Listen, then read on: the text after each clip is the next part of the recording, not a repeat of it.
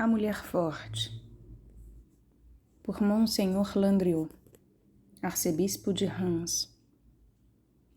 Conferências feitas às senhoras da Associação de Caridade. Livraria Internacional, canal Le Conde. Caros ouvintes, caso queiram acompanhar a leitura do que aqui é lido, o link está no descritivo.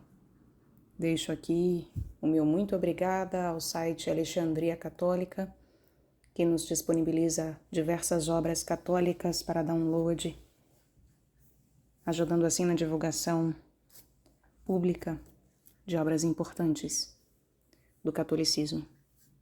Peço para que, caso possam, devam e queiram, ajudem o site Alexandria Católica. Peço para que orem pelo apostolado que é feito lá e também por mim e por todos nós, por todo este trabalho de divulgação em especial. Peço também para que, caso possam, comprem o livro. O livro também existe em termos físicos. E caso gostem do meu trabalho, também é possível financeiramente auxiliá-lo. Centavos serão muito bem-vindos, seja via Pix, Apoia-se ou Vaquinha. Também é possível comprar livros que chegam até mim pela lista de desejos da Amazon. Os links estão todos no descritivo. Peço também para que, por favor, curtam, compartilhem e comentem. Inscrevam-se no canal caso ainda não o tenham feito. Muito obrigada pela presença. A todos uma boa escuta. Primeira conferência. Quem encontrará a mulher forte? Ela é mais preciosa que as pérolas que vêm das extremidades do mundo. O coração do seu marido põe nela inteira confiança e não terá necessidade de riquezas estranhas. Ela dar-lhe-á o bem e não o mal durante os dias da sua vida. Provérbios, capítulo 31, versículos 10 a 12.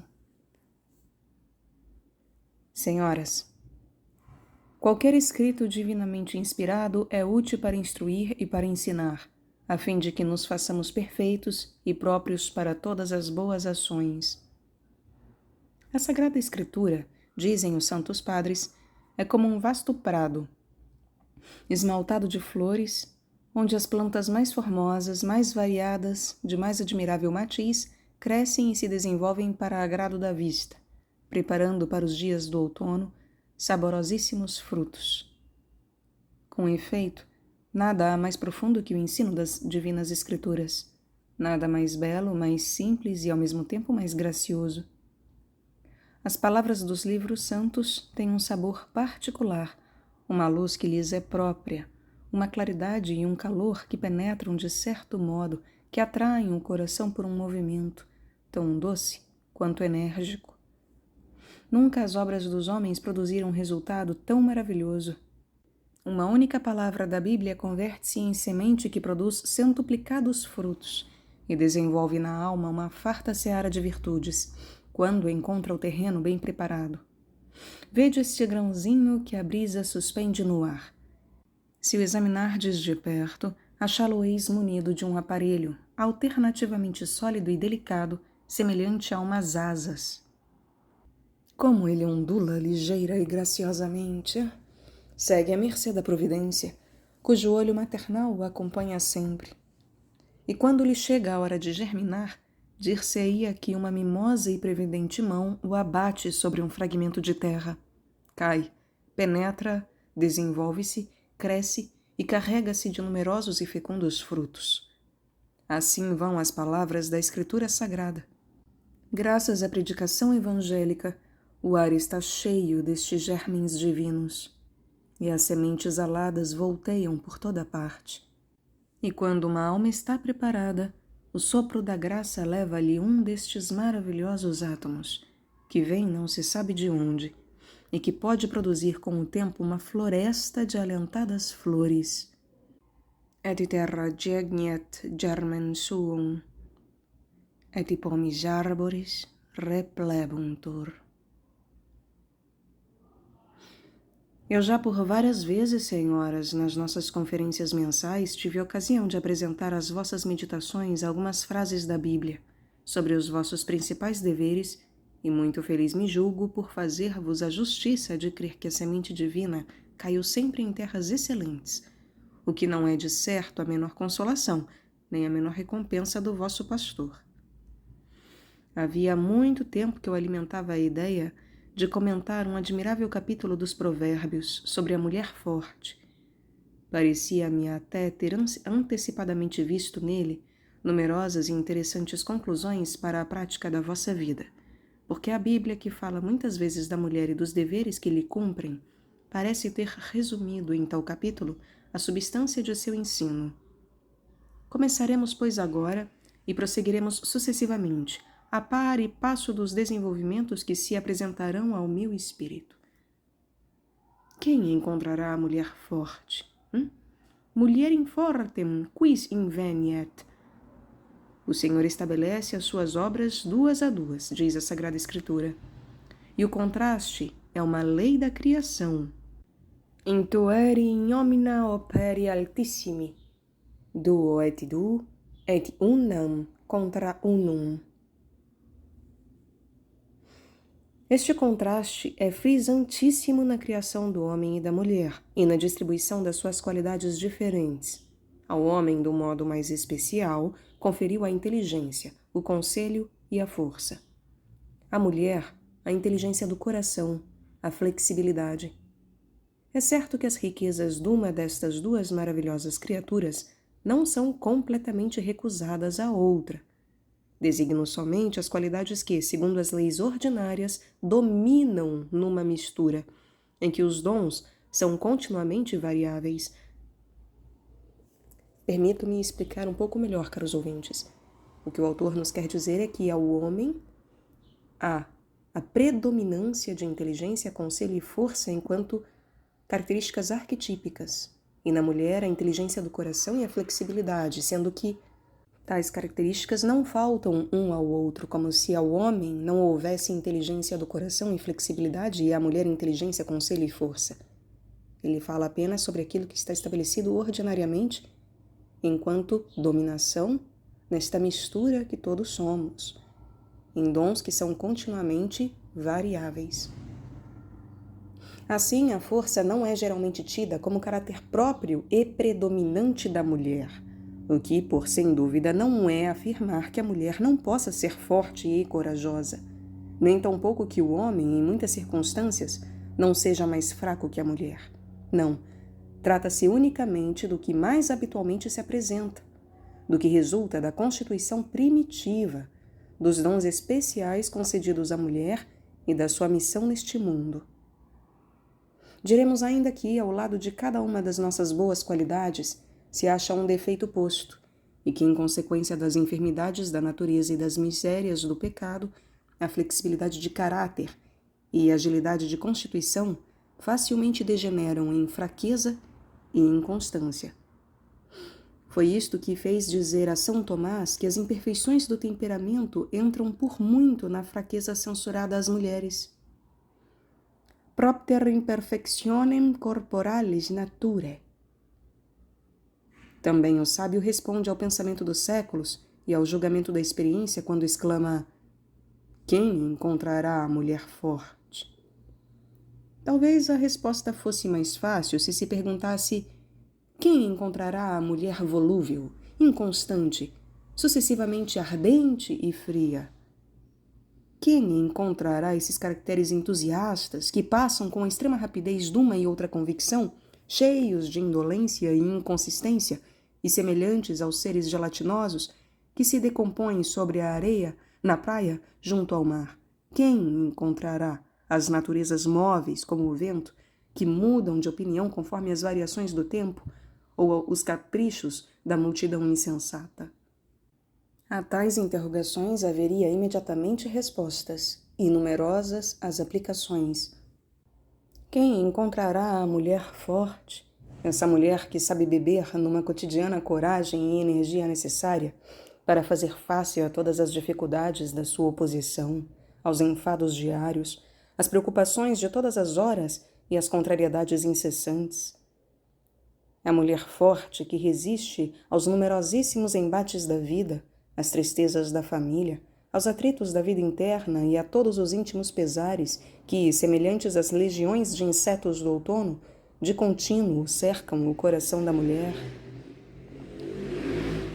A mulher forte, que preside com imperturbável sabedoria aos trabalhos da sua casa, às minudências da vida do lar, aos cuidados dos filhos, à vigilância dos criados e à ordenança dessa multidão de pequenos serviços que, na família, se sucedem tão rapidamente como as nuvens no céu. Quem encontrará a mulher forte, mais forte que a desgraça, que os enlaces da fortuna, que as calúnias, que a maldade humana, e que, após a passagem de todas as ondas, permanece como uma coluna do farol, em pleno mar, para iluminar e fortalecer os pobres náufragos? Mulierem fortem, quis inveniet. Mais tarde, na explicação dos versículos seguintes, teremos ocasião, senhoras, de voltar mais minuciosamente a este importante assunto. Limitemo-nos hoje a algumas rápidas reflexões. A razão, a firmeza de caráter e um conjunto de qualidades naturais podem contribuir muitíssimo para edificar esse temperamento moral, essa natureza perfeita que a Escritura apelida de mulher forte. E o que admiro em todos os santos padres da Igreja é a maravilhosa arte com a qual sabiam cultivar o solo da natureza, explorando-lhe com divina habilidade as menores riquezas, para lhe lançarem a sementeira do Evangelho e a regarem com a graça de Cristo. Mas só a religião poderá dar ao vosso caráter a fixidez, a superioridade de energia e a perseverança que coroam o uso das nossas mais esplêndidas faculdades. Fora de Deus e da sua assistência sobrenatural, a natureza é muito fraca e demasiado miserável para frutificar e, sobretudo, amadurecer o fruto da virtude. Essa esquista produção de uma árvore por toda parte, sob o nome de mulher forte. Mulierem fortem, quis inveniet. Caros ouvintes, faço aqui um adendo de que esta palavra esquista eu procurei de todas as formas e não a encontrei em lugar algum, em nenhuma língua, muito menos em português, o que ela significaria. Talvez seja aqui algum erro na edição do livro. Não sei o que o autor quis dizer com isso. Aliás, caso alguém saiba, por favor, nos conte nos comentários. Obrigada. Sede verdadeiras cristãs, sede profundas e sinceramente piedosas, fazei de Deus o alimento habitual de vossas vidas, e só então vos podereis aproximar do ideal da força e do vigor, de que as heroínas cristãs nos deram sobejos exemplos, em que faziam exclamar os filósofos pagãos: que admiráveis mulheres não são as cristãs! Papai, quais mulheres apud Christianos sunt? A força de provar Deus, de o saborear e de constituir como amigo e confidente de vossos pesares e alegrias, identificar-vos-ei com ele, pois esse contato superior será o cimento invisível dos vossos pensamentos, dos vossos desejos, das vossas resoluções e sentimentos. As pedras da vossa vida, isto é, as vossas ações, serão conjuntamente unidas e consolidadas, como nos edifícios do povo romano, de que tantas vezes reza a história e que afrontam a injúria das idades, porque um cimento tão duro como o bronze as converteu em monumentos imperecíveis. Foi assim que se formaram todas as mulheres cristãs que deram tão admiráveis exemplos à posteridade. Foi em tal escola que beberam o seu heroísmo as virgens e as mulheres mártires, as Ineses, as Perpétuas, as Apolônias. Foi nessas escolas que outras mulheres, cuja força se desenvolveu numa esfera menos brilhante, tomaram a energia que sofre o martírio lentamente, o martírio da vida diária, o martírio em que a natureza se imola e arde sobre o altar do dever, imolação sublime de que Santo Ambrósio dizia: que desconhecido número de mártires de Cristo na secreta obscuridade da vida cotidiana. E São Gregório o Grande: se conservamos a verdadeira paciência no meio dos pesares da existência, somos mártires. sem necessidade de algozes e cutelos. É ainda ali, em consequência de uma infiltração divina, que se exercem e crescem a paciência cheia de doçura e o espantoso vigor dessas virgens consagradas a Deus, nas escolas dos pobres, nos orfanatos, nos hospitais e nas visitas aos desgraçados de toda espécie. Nada menos é preciso do que a força que criava os mártires para multiplicar todos os dias semelhantes prodígios. No cristianismo não deve, pois, ser tão difícil esta interrogação. Quem encontrará a mulher forte? O sangue de Cristo fez a sementeira e ela germinou por toda parte. Possa a graça multiplicar-lhe os frutos na nossa associação. E se houver embaraços em encontrar uma solução às palavras da Bíblia, que facilmente se possa vir procurá-la entre vós, e entre vós se encontrem sempre os exemplos de uma rara virtude. Mulierem fortem quis inveniet. Não foi a uma mulher cristã que São Crisóstomo dirigiu este magnífico elogio? Abre aspas. Vós possuís uma ciência superior a todas as tempestades. Tendes a alegria de um espírito superior, que é mais poderoso que inumeráveis exércitos e mais seguro que as altas muralhas e elevadas torres. Fecha aspas. Dificilmente poderemos acreditar que a raça de caracteres tão belos se extingue entre as mulheres cristãs. A Sagrada Escritura ajunta que a mulher forte é mais preciosa que as pérolas que vêm das extremidades do mundo. Nada melhor que uma excelente mulher, diz São Gregório Nazianzo, e nada pior do que uma mulher má.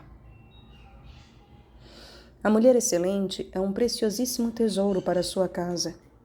Ela é a vida do lar, a luz com os seus 1000 reflexos graciosos, a alma que tudo penetra e em toda parte deixa vestígios dos seus contatos deliciosos. O Espírito Santo, tratando este assunto, não receia empregar um termo de comparação, que ordinariamente é o reservado para descrever a ação benéfica e misericordiosa da divindade. Abre aspas. Assim como o sol derrama das alturas a luz e o calor, e parece vivificar a natureza inteira, assim o rosto de uma mulher virtuosa é o ornamento da sua casa. Fecha aspas. E como se temesse não dizer o bastante, continua o seu progressivo elogio e compara a fisionomia dessa mulher à luz brilhante que cintilava no candelabro douro do templo de Jerusalém. Sicut sol oriens mundo in altissimis Dei, sic mulieris bonae species, in ornamentus domus eius, luciernae splendens super candelabrum sanctum. Bem vedes, senhoras, que a Sagrada Escritura tem palavras severas a respeito das mulheres. Ela as redime com usura, prodigalizando louvores às que pelas virtudes e eminentes qualidades fazem glória do vosso sexo. Como ordinariamente nada há de medíocre na vossa natureza, entrai para o número das mulheres excelentes, a fim de que se possa dizer de vós com inteira verdade que valeis mais do que as pérolas compradas por alto preço nos países longínquos, e para que nem mesmo de leve se vos possa aplicar a outra frase dos livros santos. A malícia da mulher má encerra e excede todas as outras malícias. O coração de seu marido, continua o sábio, põe nela inteira confiança e não terá necessidade de riquezas estranhas. A confiança, senhoras, é a alma da vida, a aventura da existência, o encanto das relações e o lago dos corações. A confiança é tudo na vida.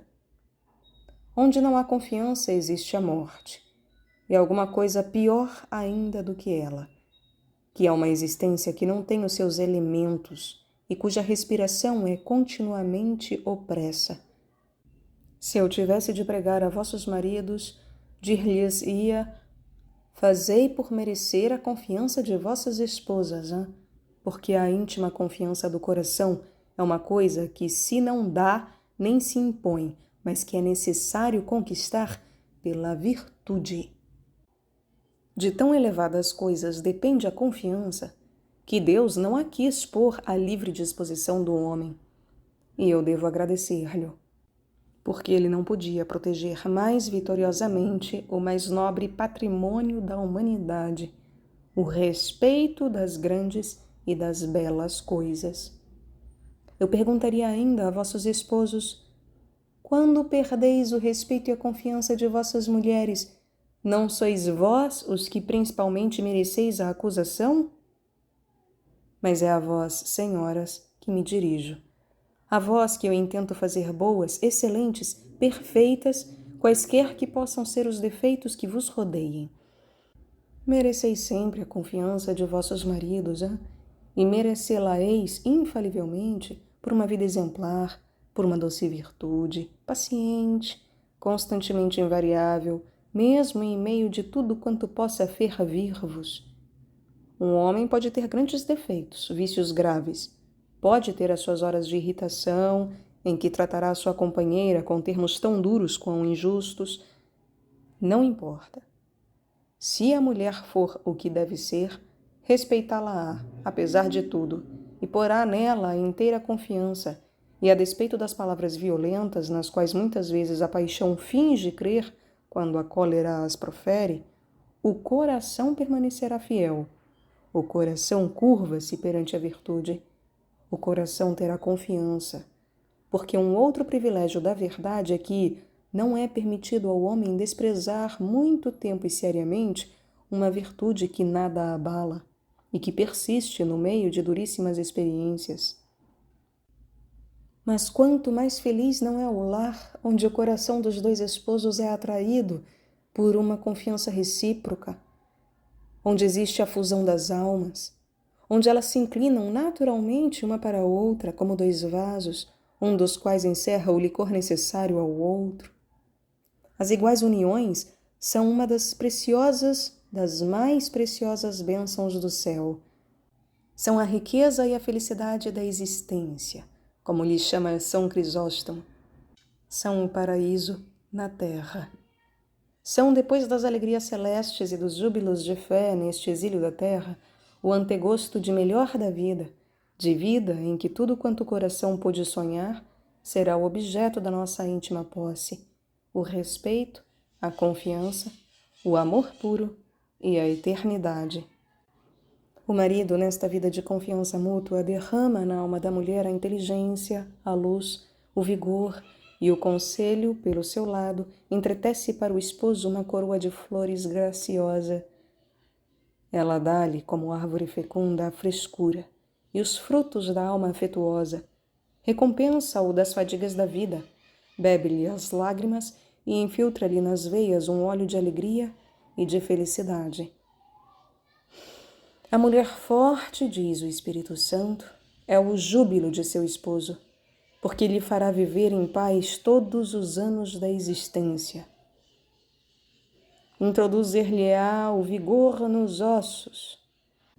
Impinguabit ossa ilius. Ditoso o homem que possui uma companheira assim, não terá necessidade de riquezas estranhas. Spolis non indigebit. Terá no lar o tesouro do seu coração, e não lhe produzirá atrativos tudo quanto for além disso, tudo quanto for exterior. A graça, a virtude e a afeição da esposa serão um laço preparado pela providência para conservá-lo na linha do dever. Poderia dizer-se ainda, tomando as expressões em outro sentido, que o marido não terá necessidade de riquezas estranhas, porque a mulher, como mais tarde a explicaremos, se tornará pelos cuidados e atenção a sua previdência e a sua economia, uma fonte de riquezas no santuário da família, que o despirá da necessidade de recorrer a esses meios de fortuna cuja indústria fraudulosa, unida à agiotagem, ocorrem a todas as despesas. Et spolis non indigebit. A mulher forte dará a seu marido o bem e não o mal durante os dias da sua vida. Redet ei bonum et non malum, omnibus diebus vitae sui. Nobre confiança que a providência concede à mulher. Fazei constantemente o bem, e nunca o mal. Fazer o bem, sobretudo, a seu marido, porque se identifica com ele. Fazer o bem em todas as circunstâncias e por toda a espécie de meios, pelas palavras, pelas ações, pelos conselhos e mesmo pelo silêncio. Fazer o bem prevenindo em embustes e os pesares que podem ferir o homem e trabalhando para os desviar. Fazer o bem quando ele é feliz, gozando-o conjuntamente com ele, partilhando-lhe a aventura. Fazer o bem, sobretudo, quando é desgraçado e mártir, compartilhando das penas, aliviando-as pelas 1000 delicadas atenções que tão engenhosamente sabe encontrar a mulher quando tem boa vontade. Fazer sempre o bem, e nunca o mal. Redet ei bonum et non malum. Não, nunca o mal. E insisto sobre esse ponto, porque sei que a mulher tem muitíssimos meios para praticar quando quer, porque sei que ela tem imensos recursos para se vingar, alastrando de espinhos todas as vias, quando tem o coração ulcerado. E eu peço-vos, senhoras, que não useis semelhantes processos, ainda mesmo que vossos maridos sejam coléricos, vingativos e egoístas, ainda mesmo que sintais o coração ferido no que ele tem de mais íntimo. Peço-vo-lo, em nome de Deus, dos vossos mais caros interesses, da vossa família e do vosso sangue. Mas eu engano-me. Tendes, é verdade, um excelente meio de vingança. Fazendo o bem, opondo um ato de abnegação e de renunciamento a cada ato de egoísmo, a cada palavra áspera, uma palavra meiga, ou pelo menos o silêncio, não o silêncio provocador, mas o do amor e da paciência. E no dia seguinte, ou na própria noite, como continuação de tão nobre vingança, dai mais verdade à vossa afeição, mais atenção e mais engenho à vossa ternura. Ah, se soubesseis vingar-vos assim, que vitórias não alcançaríeis, que lutas magnânimas, que triunfos completos e pacíficos. Foi assim que Santa Mônica soube combater seu marido, que era violento, arrebatado e entregue a desordens doloríssimas para um coração de esposa. Ela evitava discussões que irritariam ainda chagas abertas e esperava o dia da misericórdia divina. Opunha a todos os arrebatamentos a seriedade e o silêncio somente, e quando julgava conveniente dar-lhe conta do seu procedimento, esperava que ele se acalmasse.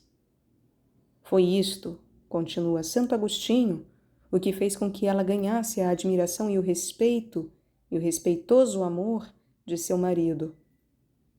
Este relato, aliás, pode ser escutado aqui no canal, no livro Confissões de Santo Agostinho. Livro maravilhoso este, obviamente. Reverenter amabilem, attique mirabilem viro. E que preparou a conversão daquele que ela havia suportado com tanta paciência. A quantas mulheres vinham queixar-se-lhes das discussões internas, respondia ela acusando-lhes as línguas e dando-lhes conselhos, com modos de amável gracejo. E quando estas mulheres, conhecendo o violento amor do pai de Santo Agostinho, não podiam admirar-se muito por não terem nunca ouvido dizer que ele tivesse batido em sua esposa, ou que sua perfeita harmonia houvesse sofrido um único dia de interrupção, perguntavam a Santa Mônica o motivo de tal coisa. E ela ensinava-lhes o seu modo de proceder. As que o ensaiavam felicitavam-se. As que o abandonavam continuavam a viver uma dura escravidão.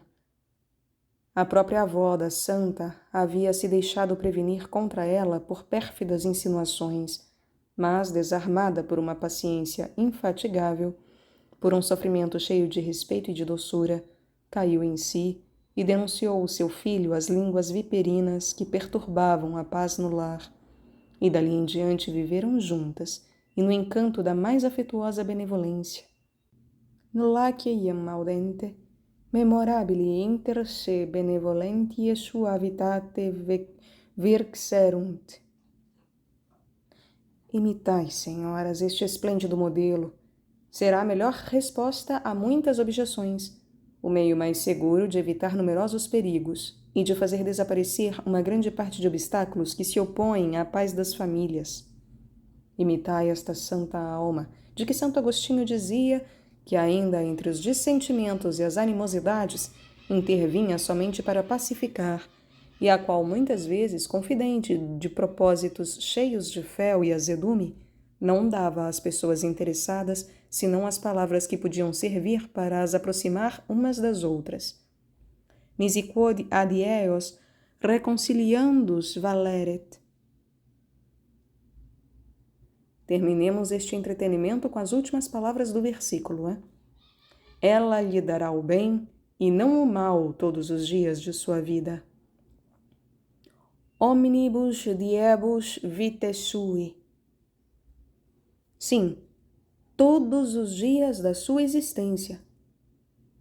Quando o marido é novo, elegante e conserva os traços de alguns encantos da mocidade, é talvez fácil fazer-lhe bem. Mas chegam mais tarde as rugas da velhice. As enfermidades, com o seu cortejo triste, batem à porta. O caráter torna-se algumas vezes sombrio, difícil e suscetível em razão da fraqueza. É este o momento da experiência para a verdadeira dedicação. É então que se torna preciso uma duplicação de cuidados, de atenção, de serviços e, sobretudo, de cordial afeição.